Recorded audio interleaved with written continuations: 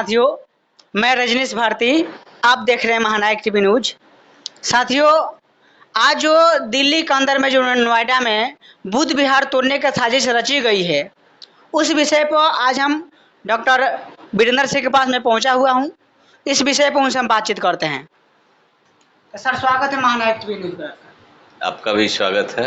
कि बुद्ध की धरती आज है आया भारत देश है, लेकिन बुद्ध की धरती पर ही जानिए कि बुद्ध विहार तोड़ने का साजिश रची गई है। देखिए, ये धरती बुद्ध की धरती है और पूरे दुनिया में बुद्धिज्म का परचम लहरा रहा है। बुद्ध के ही ज़माने में ये भारत सोने की चिड़िया के नाम से जाना जाता था। पहला जनतंत्र गणतंत्र इस भारत के धरती पर दुनिया में स्थापित हुआ था और जब से प्रतिक्रियावादी शक्तियों के हाथ में ये बुद्ध विहार, ये देश की ताकत वादियों के हाथ में जब गई, उसके बाद से इस देश का जो पहचान सोने की चिड़िया विश्व गुरु के नाम से था, वो धीरे धीरे समाप्त होने लगा। पूरे दुनिया के लोग जो हमारे यहाँ पढ़ने आते थे,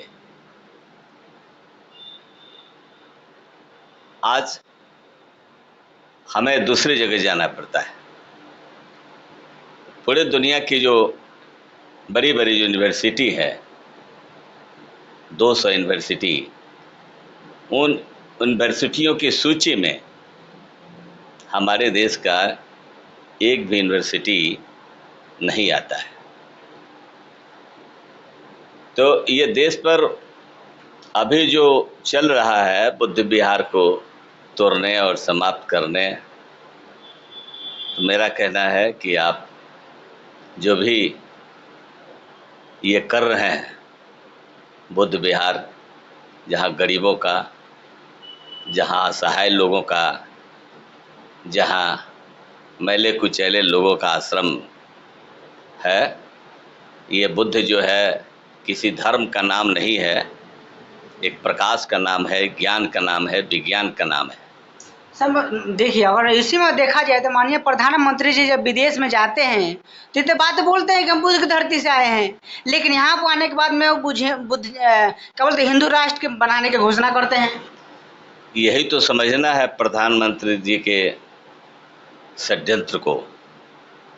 हमारे देश के जो माननीय प्रधानमंत्री नरेंद्र मोदी जी हैं, तो जो वैज्ञानिक विचारधारा है, पूरे दुनिया जिसको फॉलो किया है, आज दुनिया में सबसे ज्ञान विज्ञान के मामले में सबसे आगे है, तो इससे कौन इनकार करेगा। सबको जा कर के सच्चाई तो बोलनी ही पड़ेगी। यहाँ पाखंड, झूठ, अंधविश्वास का जो सहारा लेकर के गरीबों के शोषण की जो प्रक्रिया अपनाई गई है, उसी व्यवस्था को यहाँ ये सरकार, वर्तमान सरकार जो है सो बनाए रखना चाहती है और विज्ञान उस प्रकाश के विचारधारा को समाप्त करना चाहती है, जो ये देश की जनता इस तरह की कतई होने नहीं देगी। इसका विरोध होगा और जनता जो है अपना हक, अधिकार भारतीय संविधान के तहत प्राप्त करेगी। सरकार चलाएगी, लूटने वाला जाएगा, कमाने वाला खाएगा, नया जमाना आएगा, आना ही है, इसको कोई रोकने वाला नहीं है। देखो, उसी में कुछ लोगों का कहना है कि मान लीजिए कि अगर बुद्ध विहार को तोड़ा जा रहा है तो जितना भी मतलब और भी मंदिर मस्जिद है, उस सारे को भी तोड़ा जाना चाहिए।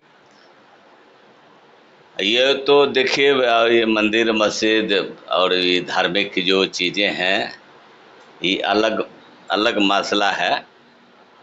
अतिक्रमण का जो सवाल है, तो जो बड़े बड़े कैपिटलिस्ट बड़े बड़े इजारेदार लोग जो है इसको जो दखल किए हुए हैं, वैसे लोगों से जाके पूछिए। यहाँ जो है 70% गरीब किसान रहते हैं, वो अपना ज़िंदगी किसी तरह बसर करते हैं, अपनी ज़िंदगी को किसी तरह चलाते हैं। उनके जीवन में फटहाली जो जीवन जीते हैं उसको भी छीनने का जो आप प्रयास कर रहे हैं, जो किसी भी हालत में अच्छी नहीं है।